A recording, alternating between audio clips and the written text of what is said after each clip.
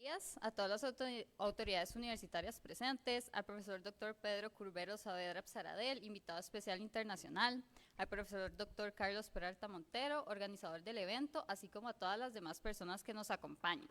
Damos inicio al segundo ciclo de conferencias del derecho ambiental al derecho ecológico, el fortalecimiento de los ODS en el contexto del nuevo constitucionalismo latinoamericano, organizado por el GPDS, Proyecto ED 3405, BAS-UCR, el proyecto C3246, Instituto de Investigaciones Jurídicas, del profesor Dr. Carlos Peralta Montero.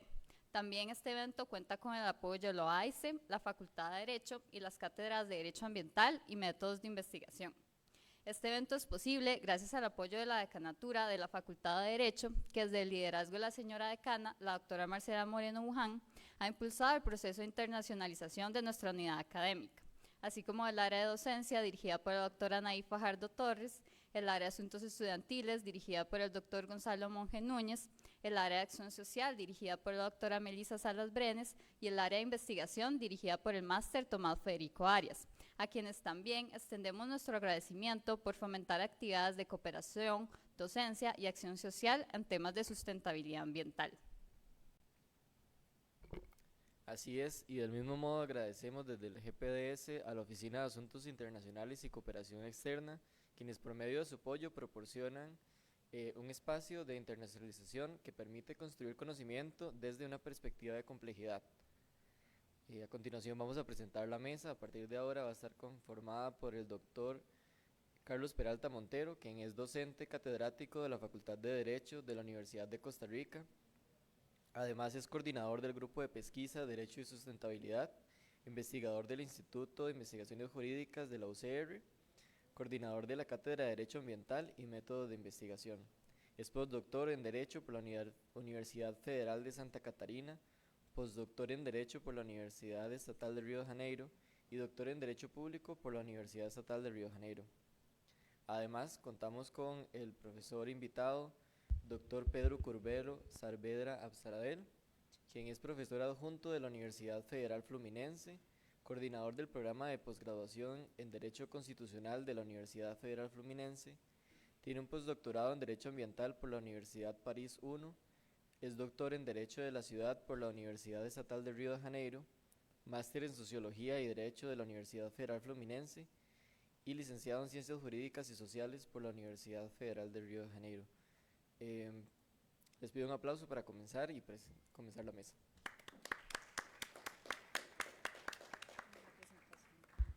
Muchas gracias a Miguel y a Marisol por la presentación, por todo el trabajo de organización que han hecho. Vamos a la segunda parte entonces del día de hoy de este ciclo de conferencias.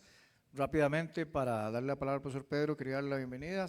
Seja muito bem-vindo, meu caro amigo. El profesor Pedro, como ustedes vieron, tiene un currículo sumamente grande, ¿verdad? Una cantidad de publicaciones e investigaciones enorme y sobre todo, además de que tenemos proyectos de cooperación que ya están hace algún tiempo fomentando esa cooperación internacional, Brasil, Costa Rica y otras latitudes, también tendremos nuevos proyectos de cara a hacer un proyecto de cooperación específico entre la Facultad de Derecho de la Universidad de Costa Rica y la Facultad de Derecho de la Universidad Federal Fluminense.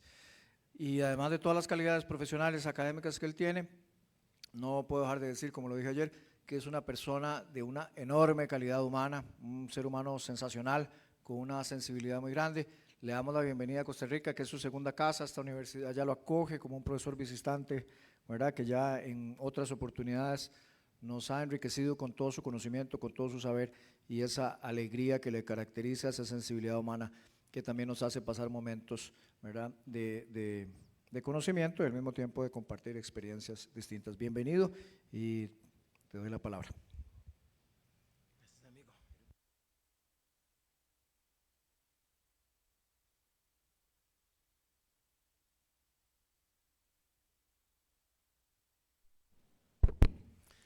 Buenos días a todas y todos.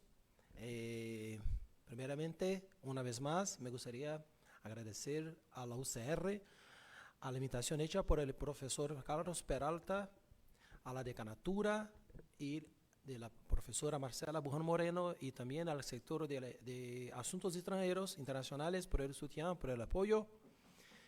Y a ustedes que están acá, y a los demás que están mirándonos por la pantalla, por la transmisión.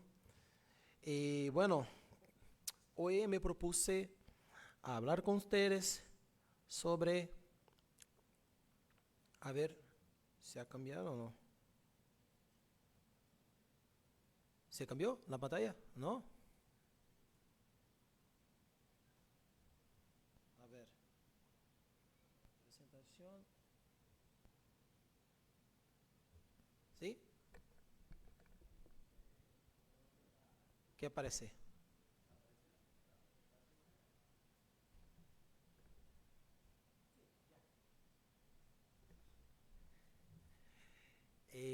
Hablar con ustedes sobre las regresiones de democracia ambiental en Brasil, para que quizá podamos debatir algunas lecciones desde Sudamérica involucrando a los ODS.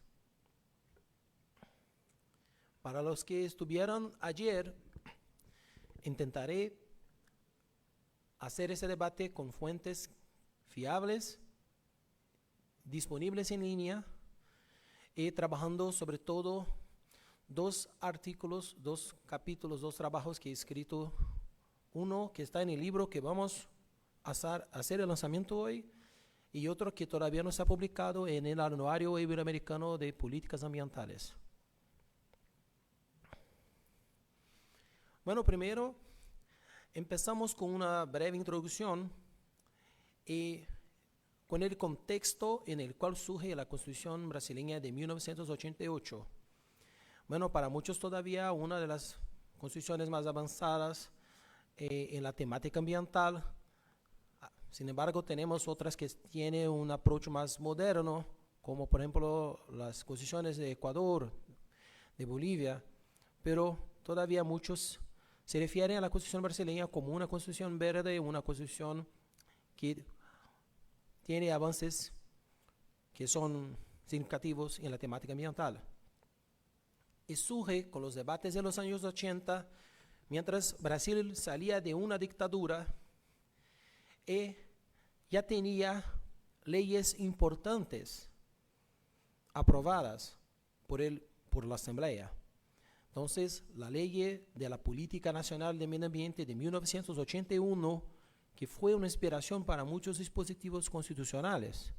Generalmente la Constitución influencia las leyes, en este caso la ley que vino primero ha influenciado dispositivos constitucionales. También la ley que trate de las acciones colectivas, que sirven no solo para el derecho ambiental, sino que también para otros derechos difusos. Y Brasilia planteaba organizar la conferencia a la Cumbre de Naciones Unidas que vino a ocurrir en Río en 1992.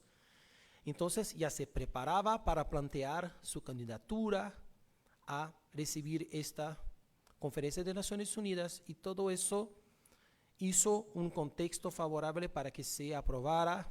Claro que con la articulación de los movimientos ambientales e indígenas, porque sin ellos eso no iba a pasar, pero con esa articulación y con este contexto que era nacional e internacional, se aprobó esta constitución que tenemos hasta hoy.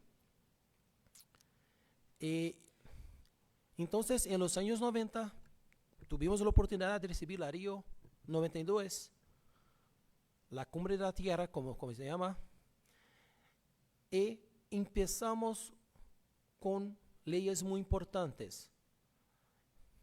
El Código de Defensa del Consumidor, acá está como CDC, trae un complejo sistema de jurisdicción colectiva que se aplica no solo al medio ambiente, conjugado con la ley de la acción colectiva, pero también a los otros derechos difusos y colectivos. En esta ley se define lo que es un derecho difuso.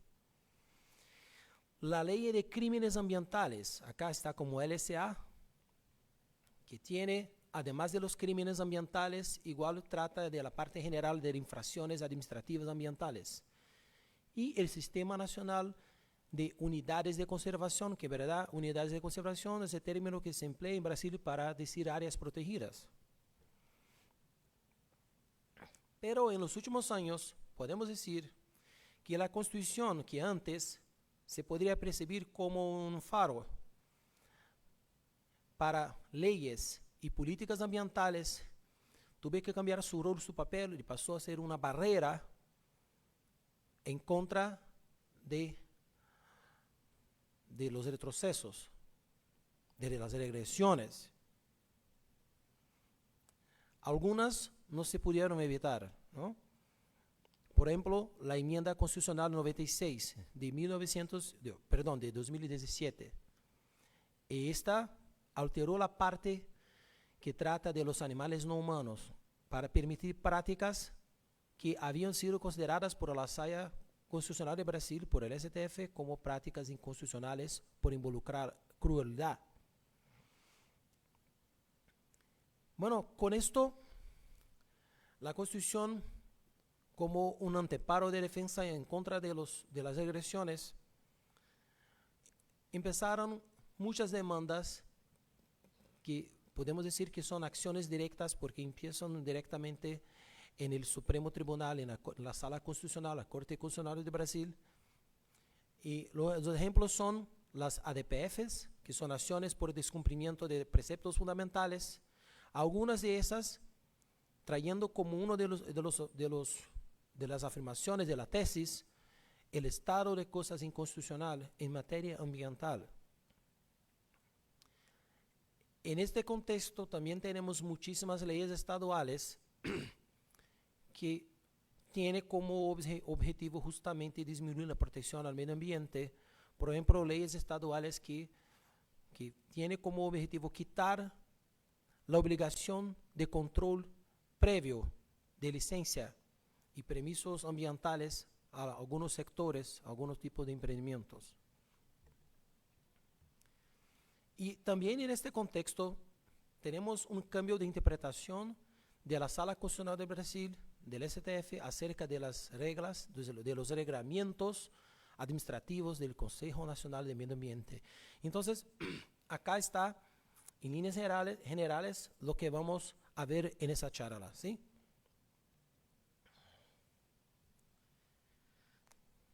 Nosotros podemos decir que las regresiones en materia de derecho ambiental, bueno, es normal que haya alguna regresión y algún progreso, ¿no? Eso es parte de los movimientos pendulares, de las cuestiones de la vida, de todo, ¿no? Entonces, a veces un paso adelante, a veces un paso detrás, pero desde el 2012 podemos decir que estamos dando muchos más pasos detrás que pasos adelante. Un ejemplo que tuve y que analicé en mi tesis de doctoral es el actual Código de los Bosques, el Código Forestal. Pero también podemos hablar de la Ley del Patrimonio Genético. Esta ley se propuso y se aprobó para que Brasil no adoptara el Protocolo de Nagoya de Naciones Unidas. Después, eso hace 2 años, Brasil ha aprobado el Protocolo de Nagoya, ha ratificado, pero dice que lo va a implementar con esta ley. Y la doctrina, por ejemplo, el profesor Morato Leite organizó muchos estudios diciendo que la ley estaba incompatible con el Protocolo de Nagoya y con la Convención Cuadro de Naciones Unidas que busca proteger a la biodiversidad. Tuvimos las mayores tragedias ambientales de la historia de Brasil, quizá de Sudamérica, en esos años. En el 2015, en el 2019, las tragedias de Mariana y Brumadinho. Esas tragedias tienen que ver con la minería y con los reyectos, los residuos de la minería que son muchas veces puestos en una forma que se utilizan, ¿cómo se dice? Barragens en español, acá no lo sé, pero de una forma que se pilan y con una estructura para que les contenga, pero en un momento esas estructuras tienen problemas, viene abajo y viene toneladas y toneladas de residuos de minería contaminando a los ríos y matando a la gente y matando a las personas. en este mismo periodo hubo en Minas Gerais, bueno, es el estado Minas Gerais, Minas tiene que ver con minería, ¿no? Minas. El estado que tradicionalmente tiene más minería en Brasil, bueno, ahora tenemos mucho en Pará, pero tradicionalmente empezó en Minas con la minería del oro. El estado de Minas Gerais aprobó una ley estadual que justamente ha fragilizado, disminuido la protección y el control de los permisos de licencia ambiental en el estado, diciendo, por ejemplo, que si no se aprueba una licencia en un plazo determinado, que se pone en votación.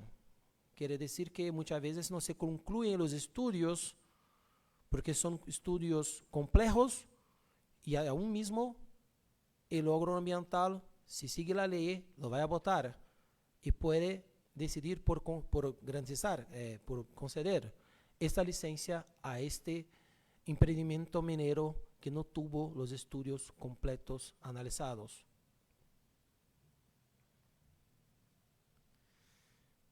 Tenemos también en este tiempo intentos de aprobar enmiendas constitucionales y proyectos de ley, justamente trayendo para la esfera federal estos conceptos de fast tracking y de licenciamiento simplificado, con dispositivos que autorizan quitar la obligación de licenciamiento de algunos sectores y también con reglas que, por ejemplo, limitan las restricciones ambientales que se siguen del licenciamiento, que es la razón de existir del licenciamiento, del permiso, es imponer restricciones. Bueno, actualmente, por ejemplo, hay algunas de estas proposiciones de leyes que están tramitando en la Asamblea Nacional y en el Senado. Todavía tramitan. Pero cuando hablamos del periodo que empieza en el 2019 y que termina en el 2022, podemos decir que las agresiones se han intensificado porque eso pasó a ser una agenda explícita del Ejecutivo Federal, del Gobierno Federal, con muchas declaraciones polémicas, pero no solo declaraciones, con medidas administrativas que hicieron regresiones tremendas y tuvieron efectos malísimos para Brasil y para el mundo.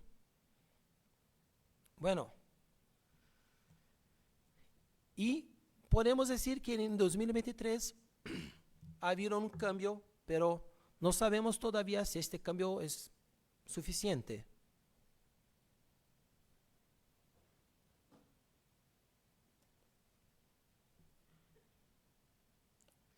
Entonces, bueno, para intentar resumir lo que pasa en este periodo de 2019 hasta 2022, podemos observar muchísimos decretos federales que básicamente extinguieron esferas de participación social en prácticamente todas las políticas públicas.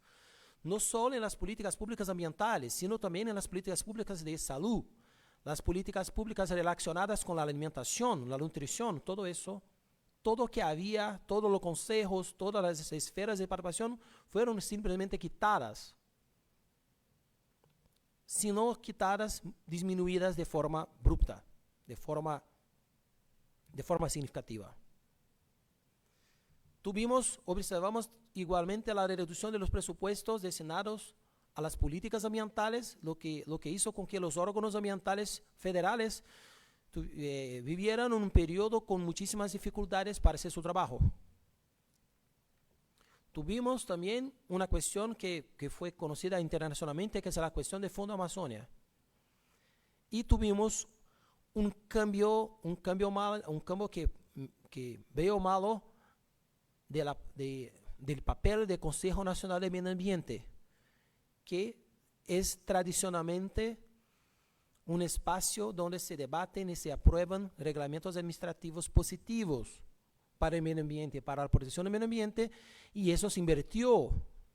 Y eso hizo con que la Corte Suprema cambiara su reasoning, cambiara su jurisprudencia acerca del control de constitucionalidad de esas reglas administrativas editadas por este Consejo Nacional.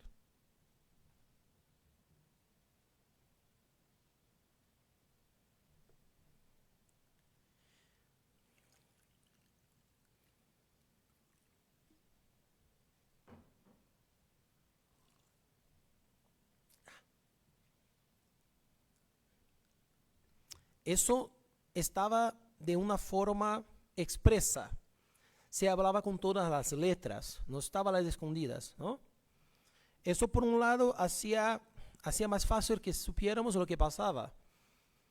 Pero a unos les daba miedo de intentar oporse.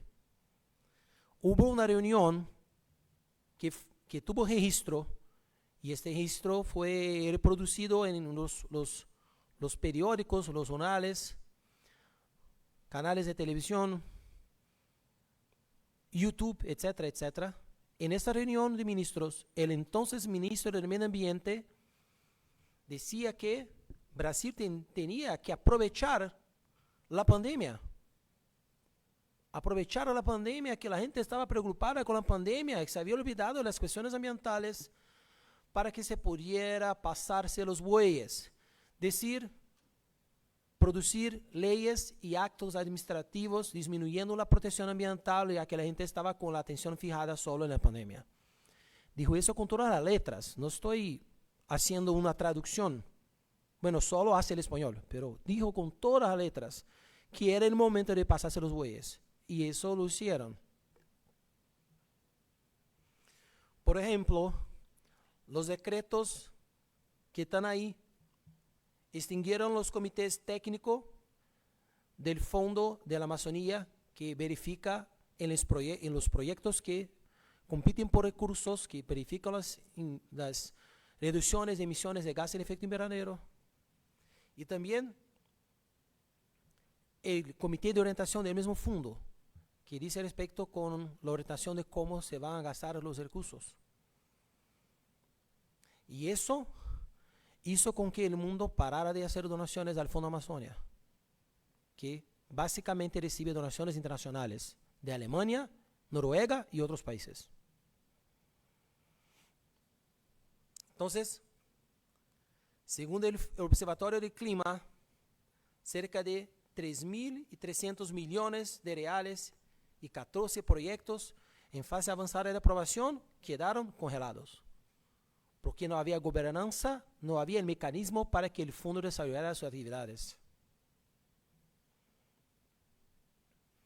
Bueno, como les dije, el CONAMA ¿verdad? El Supremo Tribunal Federal tuvo que cambiar su posición tradicional, que era decir que los reglamentos administrativos no se podían analizar en el ámbito del control directo de constitucionalidad, y pasó a juzgar casos, demandas que tenían como objetivo decir inconstitucionales regulativas del Consejo Nacional de Medio Ambiente. Acá tenemos dos ejemplos de acciones directas de inconstitucionalidad. Abajo en la pantalla, las ADIs son acciones directas de inconstitucionalidad, 4.615 y 5.547. Pero hay otros. ¿Y eso por qué? Porque el CONAMA, que existe antes de la Constitución, que estaba previsto desde la Política Nacional de Medio Ambiente, que empezó sus actividades y había aprobado, por ejemplo, normas sobre el estudio de evaluación de impacto ambiental, que en Brasil llamamos de EIA-RIMA. El EIA-RIMA está en la Constitución, pero antes ya había normativas del CONAMA. Entonces el CONAMA, este consejo, estuvo siempre en la vanguardia de la protección ambiental, empezó a hacer resoluciones disminuyendo, quitando la protección ambiental. Entonces, imaginen ustedes que la resolución número 500 tendría que ser un número paradigmático, con una resolución paradigmática, o al menos que fuera buena. Pero esa resolución, justo esta, de número 500, quitaba la protección de los bosques decía que no se aplicaban resoluciones anteriores, dejando un vácuo, dejando un vacío jurídico. Y vale decir que muchos de los estados de Brasil trabajan con las resoluciones de CONAMA porque no tienen sus resoluciones tan desarrolladas. Entonces, dijo el Supremo Federal, Tribunal Federal, que no se podría hacer un cambio que importara en una protección insuficiente y que por eso la resolución 500 del Consejo Nacional de Medio Ambiente era inconstitucional, un cambio de actitud, un cambio paradigmático en la jurisprudencia de la Corte Constitucional que fue necesario en una situación que no se imaginara que pudiera pasar, pero que sí pasó. También podemos decir que en esos años entre el 2019 y el 2022, los niveles de deforestación han alcanzado niveles récords, niveles alarmantes. Bueno, eso no es ninguna coincidencia, ¿no? Sino que no un resultado de todo lo que se planteó en este periodo. Por ejemplo, datos de Amazon destacan el 2022 como el peor año en los últimos 15 y los últimos 5 han batido los récords sucesivamente.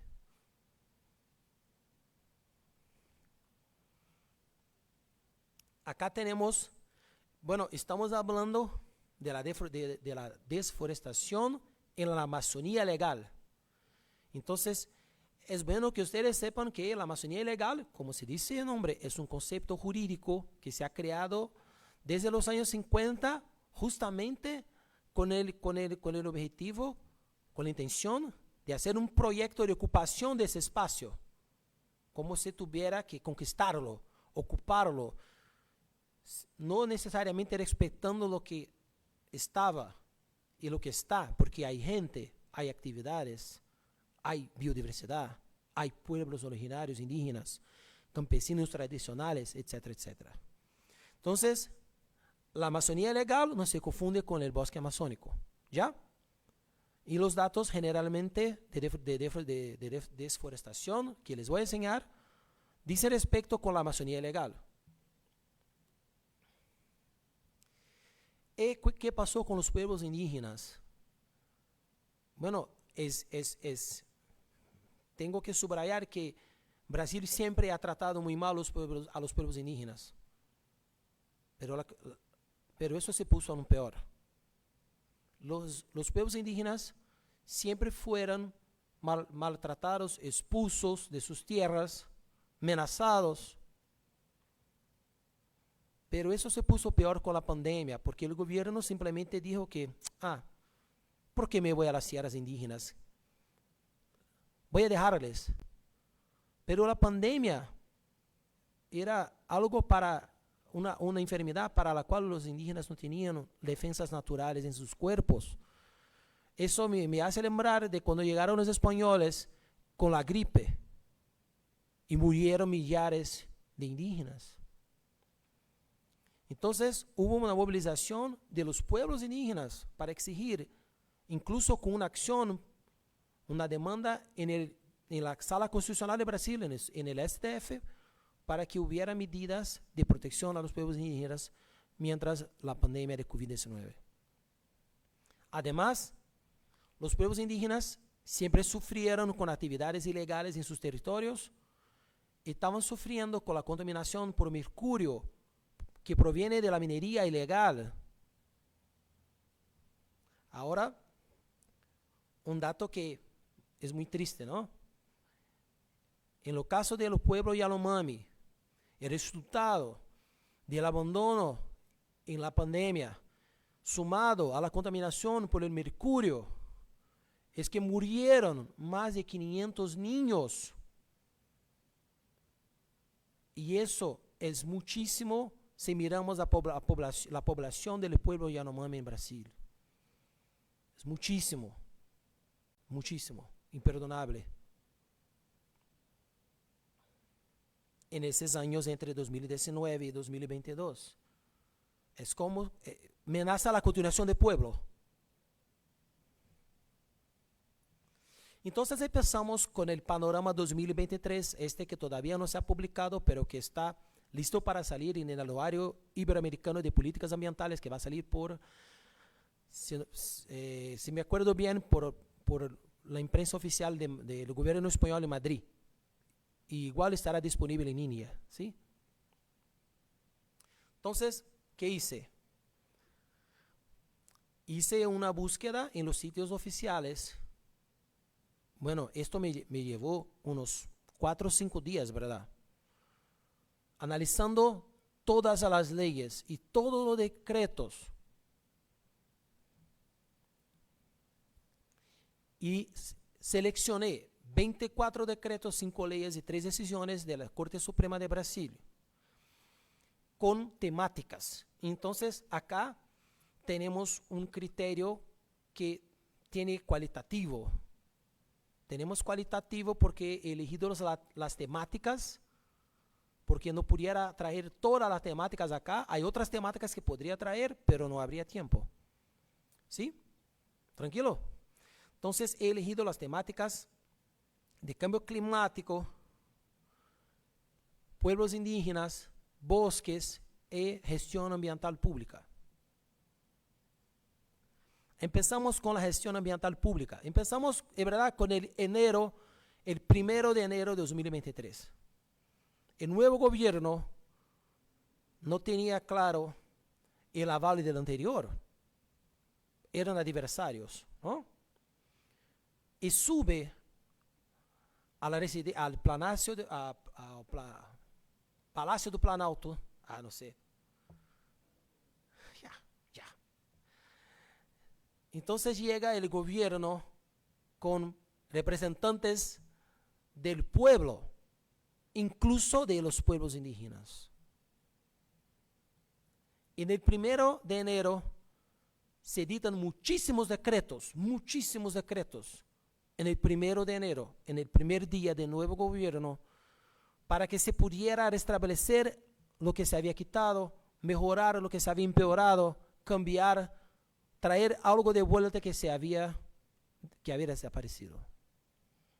Por ejemplo, el Ministerio de Medio Ambiente pasó a llamarse Ministerio de Medio Ambiente y de Cambio Climático y recuperó algunas de las competencias que se le habían quitado en el gobierno anterior. Eso quiere decir que el gobierno anterior decía, bueno, eso es medio ambiente, pero usted, el Ministerio de Medio Ambiente, no va a decir nada. No está más con usted, está con otro ministerio. Y además, se acrescentaron competencias relacionadas con el cambio climático. Entonces, me parece un cambio positivo, ¿no? El Consejo Nacional de Medio Ambiente, en el gobierno anterior, tuvo su composición alterada, tenía como cerca de 100 miembros y tuvo su composición alterada para 23. Básicamente, se quitó la participación social. Eso hizo con que una demanda, una acción de descumplimiento de precepto fundamental fuera iniciada directamente en la Corte Constitucional de Brasil, y la Corte Constitucional de Brasil dijo que el decreto era inconstitucional. Vino otro decreto con una nueva composición, pero que todavía tenía unos 30 y algo miembros, y todavía con una representación muy débil de la sociedad civil. Y ese decreto de 6 de febrero trae una composición nueva, que quizá no sea la ideal todavía, pero que está muy mejor, tiene muchísimo más participación de la sociedad y de las organizaciones no gubernamentales ambientales. Además, este consejo tiene sus cámaras técnicas, estructuras permanentes, grupos que hacen debates y que proponen resoluciones. Y ese decreto ahora dice que esas cámaras técnicas tienen que tener la diversidad entre sus miembros, es decir, que hay que haber mujeres, hay que haber personas negras, hay que haber indígenas, y no solo hombres blancos. Y más, crea una cámara técnica permanente para la justicia climática. Eso me parece un avance positivo. En el Fondo Amazonia, las donaciones se habían interrumpido. Ustedes saben por qué. Porque se había quitado la gobernanza del fondo, ¿no? Entonces, en el 1 de enero, se firmaron decretos que tuvieron como objetivo restablecer la gobernanza en los fondos de la Amazonía y también el Fondo Nacional Ambiental. Y ese hizo con que se retomara el Fondo Amazonía con más donaciones. Entonces, por ejemplo, la segunda cantidad en donaciones solo detrás del 2009, que fue el año en que se creó el fondo. Claro que había donaciones que estaban como represadas, ¿no? Aguardando a ver si Brasil iba a cambiar o no. Y además, se aprobaron 1.300 millones de reales para proyectos, un otro récord. Claro que había una demanda represada, pero igual es un dado positivo, ¿no?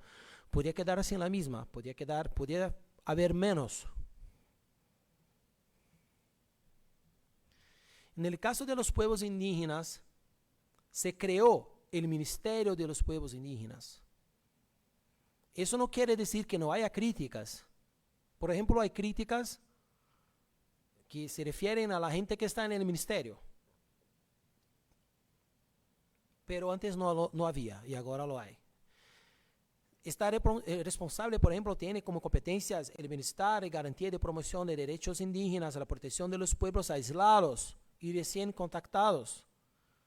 Porque el gobierno anterior no pensaba que eso era importante, incluso como que tenía una orientación que eso no tenía tanta importancia, que se estaban aislados, que era mejor que se les contactara. Pero para uno que estudia los pueblos indígenas sabe que los pueblos aislados no deben ser contactados. Eso es un shock para ellos. Justo porque no están acostumbrados con nosotros. Nosotros estamos en su territorio, no al revés. El Consejo Nacional de Política Indígena, que tiene la participación de representantes diversos de los pueblos indígenas, pasó al Ministerio de los Pueblos Indígenas. Antes estaba con el otro ministerio, pero el Ministerio de la Justicia sigue con la atribución clave de la demarcación de los territorios indígenas. La demarcación quiere decir que el gobierno oficialmente hace un perímetro y dice, acá es territorio indígena y luego ustedes blancos no pueden entrar. Porque los pueblos indígenas conocen muchísimo bien su territorio. No necesitan una demarcación para saber su tierra dónde está. Pero las actividades de minería ilegal, ganadería ilegal y otras que invaden las tierras indígenas, esas sí necesitan que haya una demarcación para que se pueda saber exactamente dónde puede y dónde no puede hacer algo.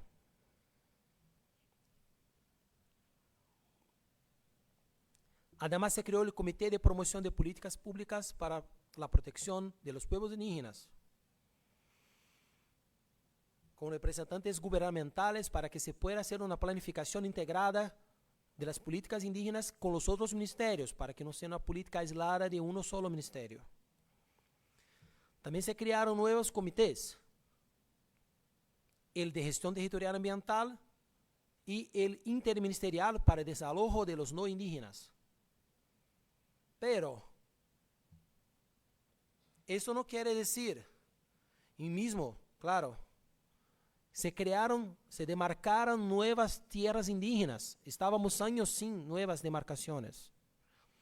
Y uno puede preguntar, pero profesor Pedro, todavía están demarcando tierras indígenas. ¿Por qué? Porque Brasil está muy retrasado. La Constitución decía, en el acto de las disposiciones constitucionales transitorias, que debería demarcar a todas las tierras indígenas en un plazo de 5 años. Y no se respetó lo que está en la Constitución. Y los pueblos indígenas siguen en una situación de vulnerabilidad porque no tienen sus tierras reconocidas y por eso las invaden los hombres blancos. La minería ilegal, la ganadería ilegal, etcétera, etcétera. Pero desafortunadamente, como iba a decirles, eso no quiere decir que no existen todavía problemas, que los problemas de los pueblos indígenas han acabado. No. Y eso lo denuncian los propios pueblos indígenas, porque tienen su sitio web, tienen su articulación, la articulación de los pueblos indígenas de Brasil, la PIBE. No quiere decir, desafortunadamente, no podemos decir que pararon las muertes de los niños indígenas, no. Siguieron muriendo. No quiere decir que pararon las amenazas en contra de los pueblos indígenas. Eso sigue, desafortunadamente. No quiere decir que el gobierno actual igual no comete errores, no se equivoque. Por ejemplo, en aquella acción,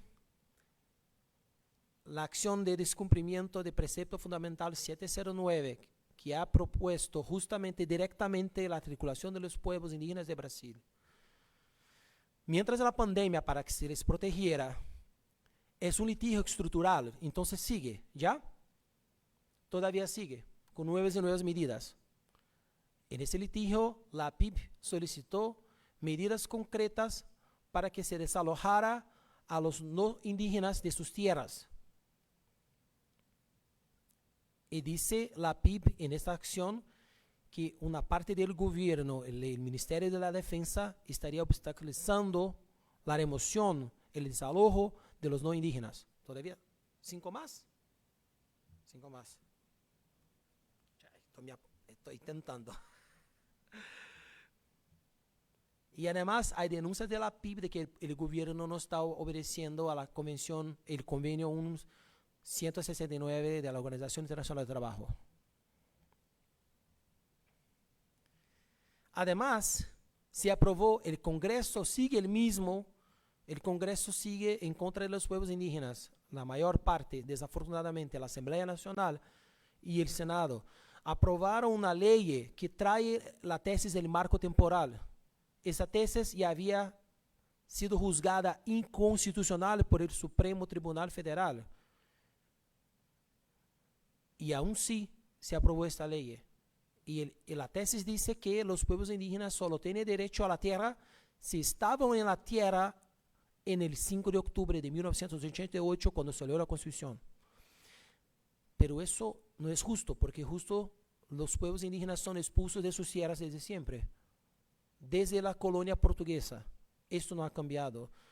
Lo único que no ha cambiado es que los indígenas son expulsos de sus tierras desde la colonia, pasando por el imperio y llegando a la república. Quien dice eso, un historiador que se llama Márcio Souza, que desafortunadamente falleció hace unos días. Un gran nombre de la historia de Brasil. Bueno, hubo vetos del presidente, pero esos vetos fueron anulados y la ley está con la tesis del marco temporal, lo que quiere decir que una vez más tendremos que debatir esto en la sala constitucional, en la Corte Suprema, el STF.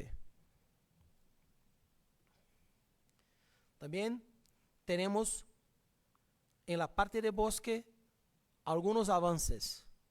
Por ejemplo, la Comisión Interministerial Permanente de Prevención y Control de la Deforestación. Este decreto igual fue editado el 1 de enero. Este decreto establece un plan de control de deforestación, no solo en la Amazonía legal, sino también en otros biomas importantes, el Cerrado, la Caatinga, el Pampa, el Pantanal. Se crearon nuevas áreas protegidas, nuevas unidades de conservación. La mayoría está en el norte de Brasil, justo porque en estas áreas generalmente hay menos deforestación. Cuando un territorio se convierte en un área protegida, tiene la acción del Estado para proteger, entonces la deforestación es menor. Eso vamos a ver en algunos datos que les voy a enseñar. En la parte del cambio climático, se actualizó la composición del Comité Técnico de la Industria de Baja Emisión de Carbón.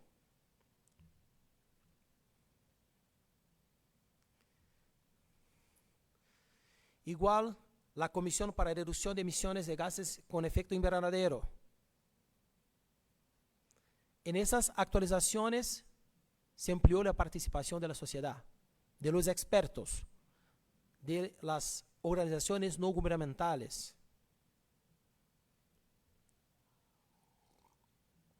El mismo se hizo con el Comité de Gestión del Fondo Nacional de Cambio Climático, es un fondo específico.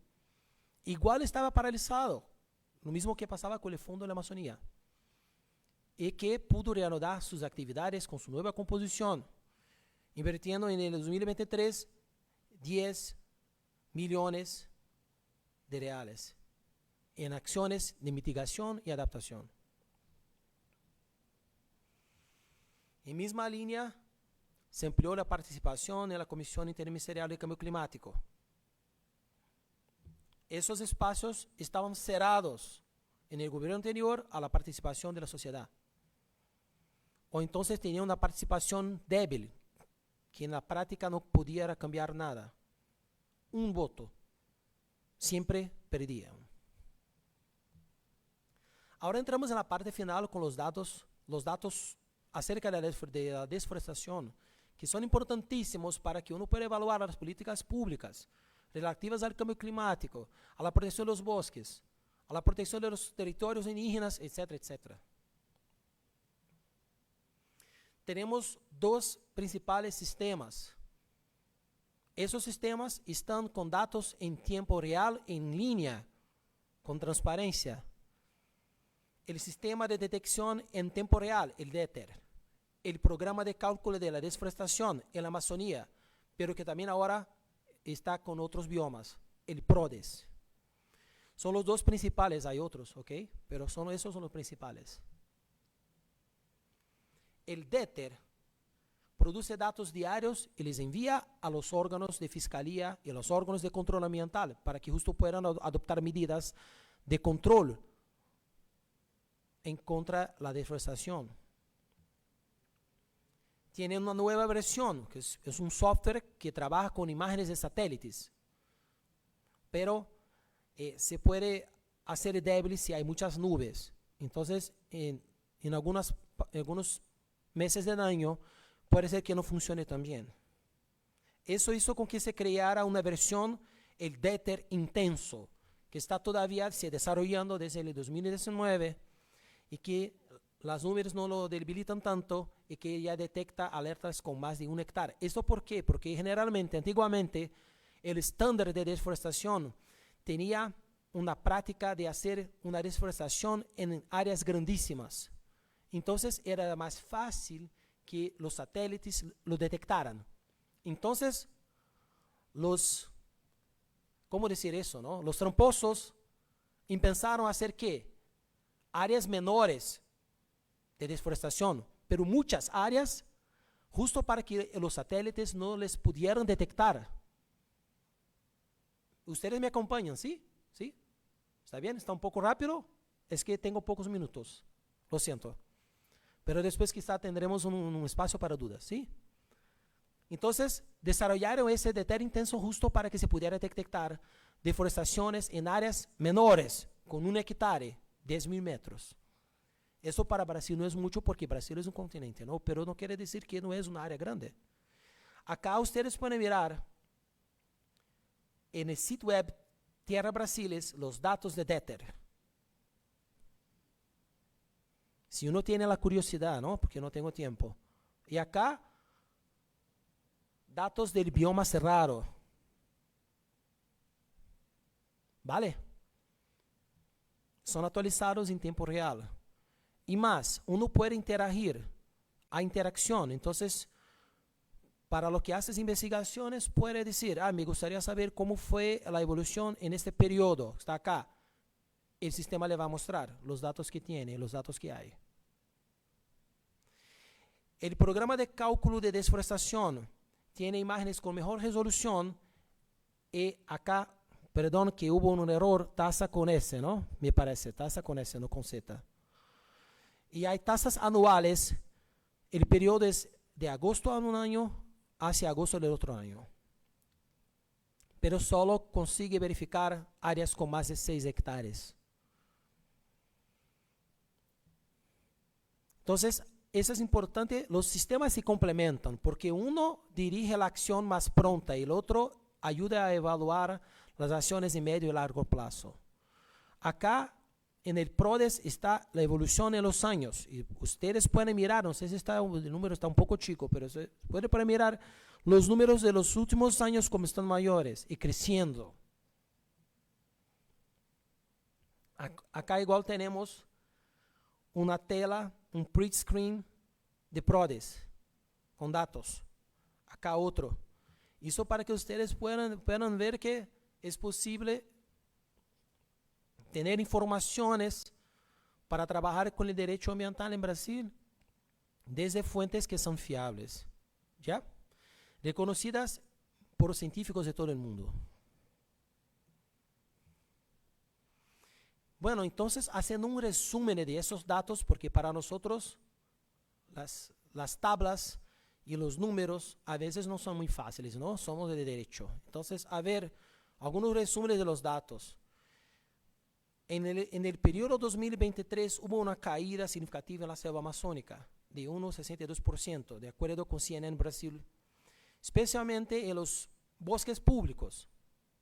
Miren ustedes que el índice dentro de los bosques públicos es mayor, porque dije a ustedes que en general dentro de los bosques públicos es menor la deforestación, ¿sí? Por otro lado, todavía estamos con niveles altísimos de deforestación. El año 2023 fue el sexto más grande de los últimos 16 años. Y además, algo que es preocupante, la deforestación en el cerrado, que es un bioma clave para Brasil, un bioma que tiene una biodiversidad riquísima y que además está relacionado con la cantidad de agua que llega al centro-sur de Brasil, al sudeste, que es un bioma que muchos llaman de bioma caixa d'água, bioma caja d'água, y que además tiene relación directa con la generación de energía. Y si no hay agua, en Brasil tampoco hay energía, y tenemos que prender a las termoeléctricas que generan muchísimas emisiones de gases con efecto invernadero. La deforestación en cerrado creció 1,40%, un crecimiento sin precedentes. Según los datos del sistema DETER, percibimos una reducción del 50% en la Amazonía y un aumento en 43% en el cerrado. Quiere decir que se desplazaron muchas de las emisiones de gases de efecto invernadero. No han terminado, sino que se desplazaron. Ya, estoy cerrando. Eso afecta a muchos ODS, sobre todo los ODS de clima y bosques. Impactan derechos humanos de los pueblos indígenas, laborales, muchos otros. Y se puede percibir que en este periodo tuvimos una reducción clarísima de la participación de los derechos procedurales ambientales, de la democracia ambiental. Podemos percibir que hubo retrocesos significativos en este periodo, 2019 a 2022. En 2023 parece indicar cambios positivos, pero aún no suficientes. La Asamblea Nacional y el Senado Nacional siguen con una agenda míope y equivocada ambiental. Los datos indican que muchas de las emisiones evitadas en la Amazonía huyeron para el bioma cerrado, que tuve por primera vez la deforestación una área mayor en cerrado que en la Amazonía, y eso preocupa mucho porque el cerrado tiene un territorio menor que de la Amazonía, ocupa una parte menor en Brasil de la Amazonía. El gobierno actual sigue con algunas contradicciones, por ejemplo, declaraciones del gobierno actual con apoyo a la explotación de petróleo cerca de la foz de la cuenca del río Amazonia, del bosque amazónico. Y los datos de 2024, que ustedes saben que tenemos desde agosto a agosto, entonces datos que no están consolidados todavía, pero los datos que hay hoy de este año 24 indican que la deforestación está aumentando aún más. Por eso sigue importante la movilización de los movimientos ambientales, de las medias ambientales, etcétera, etcétera. Porque los retrocesos pueden ocurrir en gobiernos de diversos matices políticos. Mismo aquellos que dicen que están con los derechos humanos, siguen con un Congreso, con un Senado, con una Asamblea Nacional, aprobando leyes malísimas. Entonces no quiere decir que todo ahora está como perfecto. No, tenemos todavía muchos retos. Acá tengo un poco de la bibliografía que traje y me gustaría invitarles a leer el libro que estamos lanzando hoy con contribuciones del profesor Carlos Peralta, del Manric, que es parte de GPDS, y también de la profesora Laura, ¿verdad? Y en este libro hay uno de los dos artículos que he utilizado para preparar esta presentación, que justo habla de las regresiones. Y también hay artículos, por ejemplo, el tercer eje habla de justicia ambiental, entonces hay artículos que hablan de lo que pasa con el pueblo Yanomami. El libro se puede descargar en línea. Ya ustedes que, bueno, yo sé que el enlace está un poco grande, pero les puedo compartir el enlace, no hay problema. Ya, yo sé que pronto el enlace estará también en el sitio web de la FAC de Derecho, porque es una publicación que es fruto de una cooperación entre las dos universidades, entre la Universidad de Costa Rica y la Universidad Federal Fluminense. Entonces, muchas gracias por su atención y devuelvo la palabra al profesor Peralta. Muchas gracias, amigo.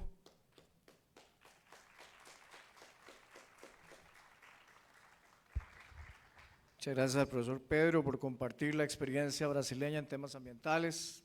Muchos de los datos y las ideas que nos trajo el día de hoy el profesor Pedro pueden ser traídas perfectamente al contexto costarricense, sea con temas de justicia ambiental territorial, sea con temas de racismos ambientales, sea derecho ambiental internacional cuando hablamos del 169 de la OIT, sea también cuando hablamos del tema de la protección de la biodiversidad. Él habló del bioma cerrado, que ocupa aproximadamente 1.82 millones de kilómetros cuadrados en Brasil, actualmente considerado un hotspot, ¿verdad? Costa Rica también se encuentra en una región considerada como hotspot, y esa preocupación con los hotspots es todo un tema para futuras conferencias, ¿verdad? Toda la relación entre la cantidad de diversidad que existe en esas áreas y las amenazas a especies endémicas que están en esas propias áreas. Temas como la no ratificación del Acuerdo de Escazú, tanto por Brasil como por Costa Rica. Temas como el tema del cambio climático, que siempre es visto como una preocupación, pero intereses políticos siempre lo ponen como una perspectiva accesoria. Entonces, por ejemplo, en Costa Rica todavía tenemos el desafío de crear una ley de política nacional de cambio climático. Todavía en el 2024 no tenemos una normativa fuerte, ¿verdad? Una ley sobre cambio climático. Sin duda los retos son muchos. Son retos que son de Brasil, pero que también son de Costa Rica y que también son de América Latina y que también son del mundo, ¿verdad? Entonces vean que todo lo del profesor Pedro además nos trae para pensar que las cuestiones ambientales son muy complicadas porque tienen un trasfondo político, un trasfondo económico, un trasfondo social, y la cuestión se hace más complicada cuando el problema es global, ¿verdad? Acciones climáticas en Brasil y en Costa Rica son importantes, sí, claro que son importantes, pero que tienen que ser diseñadas además en un modelo de gobernabilidad ambiental internacional. Y traemos la discusión finalmente para el derecho. Cómo nosotros en el ámbito del derecho podemos colaborar para una política y para una gobernabilidad ambiental internacional tal vez más fuerte, ¿verdad? Es el gran desafío que tenemos que preguntarnos de cara a los ODS en el 2030. Y nosotros en el derecho, ante un poder legislativo, no solo en Costa Rica, no solo en Brasil, sino también ante una comunidad internacional que parece que va muy despacio con los temas ambientales, pareciera ser, y ahí estamos conformando una nueva red, un nuevo proyecto que esperamos que en breve sea aprobado y en la cual contamos con la valiosa cooperación del profesor Morato Leite, siempre con el liderazgo de él y de colegas de la Universidad Nacional de Brasil y de otras latitudes de América Latina, pensar nosotros en litigancia ecológica, ¿verdad? Litigancia ecológica tal y como se hace con los derechos sociales. En la medida que un derecho social no es, ¿verdad?, reconocido por el legislativo, no es reconocido por el propio ejecutivo, pensar de qué manera el Poder Judicial podría tener un ámbito más activista y ojalá que ese activismo sea progresista, no como ha ocurrido en otras oportunidades, ¿verdad?, donde ese activismo muchas veces tiene una naturaleza conservadora, y eso nos ha llevado aquí propiamente en Costa Rica a recurrir a la Corte Interamericana.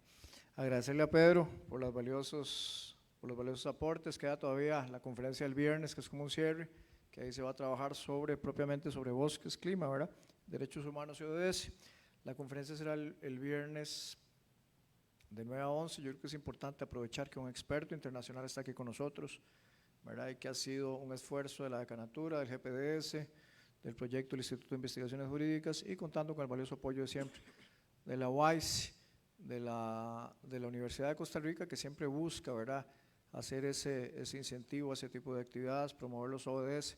Tan es así que todo proyecto de acción social e investigación en la UCR tiene que hacer una relación directa al ser sometido a la plataforma con los objetivos del desarrollo sostenible.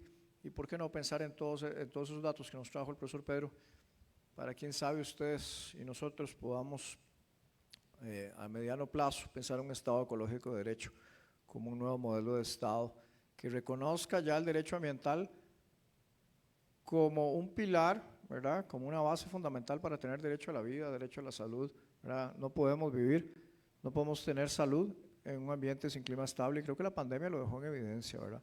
Cuando no teníamos un estado de tranquilidad, de salud, pues tuvimos limitadas nuestras libertades. Curiosamente, un curso de Derecho Ambiental, de hecho el de Derecho Ambiental 1 del semestre pasado, que tuvimos una actividad fuera de clase, un señor que nos vio discutiendo temas ambientales dijo, pero es que los ambientalistas lo único que hacen es limitar, ¿verdad?, nuestros derechos fundamentales. Hay que también llevar esa educación ambiental a la población. Era un señor mayor, porque claro, él veía que las cuestiones ambientales en el fondo le limitan su propiedad privada, le limitan su libertad empresarial, etcétera, etcétera, cuando todo tiene que verse como parte de un mismo contexto, ¿verdad? En la medida que yo tengo un ambiente sano, yo puedo desarrollarme a nivel psicológico, a nivel físico, puedo desarrollar mi actividad laboral, ¿verdad? Y claro que le puedo heredar un mundo mejor también a las futuras generaciones, que en el fondo el derecho ambiental también es eso. El derecho ambiental es pensar en un otro que ni siquiera está actualmente con nosotros, ¿verdad? Es pensar en un futuro que no ha llegado, en un presente que tiene que ser construido para que, ¿verdad?, ese futuro le llegue ojalá a nuestros hijos, hijas, nuestros nietos y nietas, ¿verdad? Yo espero, cuando trabajo también en derecho ambiental, tengo un pequeño de 9 años, Lucas, que yo le hablo de muchos temas ambientales, ¿verdad? Incluso ya lo conocieron mis alumnos de ambiental hace poco, ¿verdad? Ojalá que Lucas pueda heredar un mundo mejor para sus hijos y que nosotros podamos construir para ello a partir de la academia y fuera de la academia. Gracias al profesor Pedro, gracias a todos los que están por aquí. Vamos a hacer un sorteo de los libros, ¿verdad? Porque como dijo el profesor Pedro, es un momento, ¿verdad?, para celebrar también una publicación. Todas las actividades académicas tienen, ¿verdad?, que tener como consecuencia resultados. Esos resultados se traducen en acción social, se traducen en actividades como estas, se traducen en libros. Es la forma en que nosotros, ojalá, el día de mañana, en los tribunales, los abogados puedan utilizar los aportes tan valiosos que hay en este tipo de doctrina. Profesora Laura, que contribuyó con un artículo súper interesante por aquí. Manrique Naranjo, que también presentó el día de hoy, es la prueba de que estudiantes y profesores pueden trabajar juntos y deben trabajar juntos. Él tiene un artículo aquí publicado conmigo. Miguel ya también publicó un libro conmigo y con Manrique sobre alfabetización ecológica para trabajar en las escuelas. Les reitero a todos los estudiantes, los docentes tenemos que ser un puente para que juntos, alumnos, estudiantes, profesores, docentes, investigadores y administrativos, construyamos una Costa Rica mejor, un mundo mejor, una UCR cada vez más fuerte y más consolidada, ¿verdad?, como una de las mejores ranqueadas a nivel de América Latina, y que esa cooperación con la UFI sea fructífera, longeva, ¿sí?, y que traiga muchos frutos y que traiga muchos buenos resultados. Muchísimas gracias. Reiterarle al profesor Pedro, que cumplió años el año pasado, felicidades, parabéns, que sean muchos años más de vida, mucha salud, mucha alegría, y vamos al lanzamiento del libro. No sé cómo querés, ahí te dejo para que sorteemos el libro, ¿verdad? Tenemos un libro, lo vamos a donar, ¿verdad?, a la corte. Tenemos una lista con los nombres, ¿sí?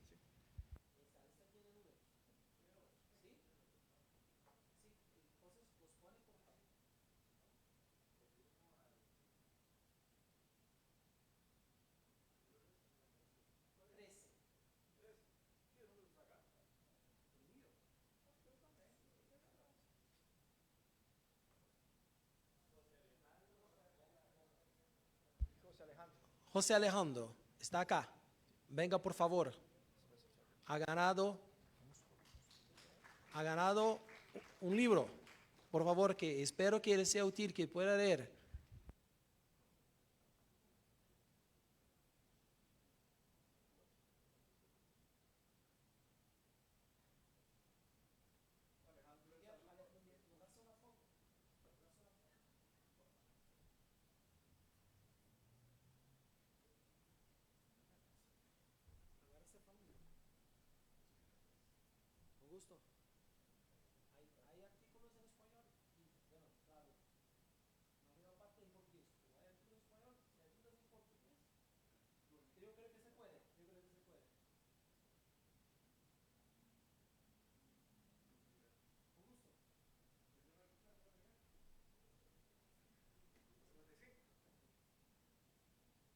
Ahora el profesor Carlos Peralta va a elegir un número para el segundo libro que vamos a regalar hoy.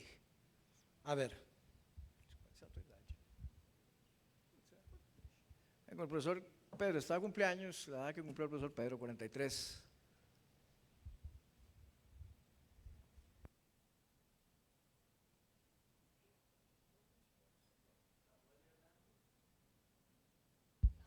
Samuel Hernández. No, por aproximación, entonces va la mía, 47 a 08. 08 no, 08 yo no tengo.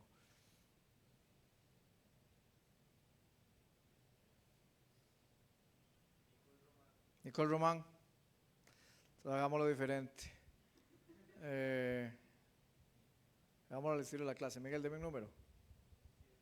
7, derecha o izquierda. Arriba o abajo. Ah. 1, 2, 3, 4, 5, 6, 7. El compañero que está a la par de Carlos.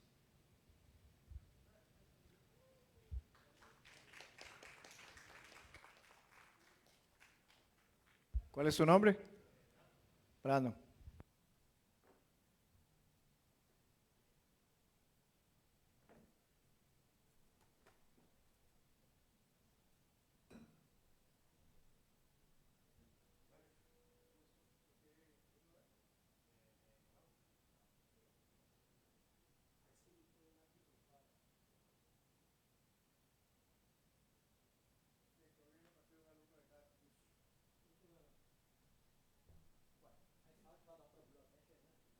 El tercero es para la biblioteca y para la corte. Gracias a todos. Buen miércoles, buena semana. Los que puedan venir el viernes, bienvenidos. Ojalá puedan venir. Como dirían en Brasil, obrigado, professor Pedro. Boa quarta-feira. Pura vida. Pura vida. Pura vida. Muchas gracias.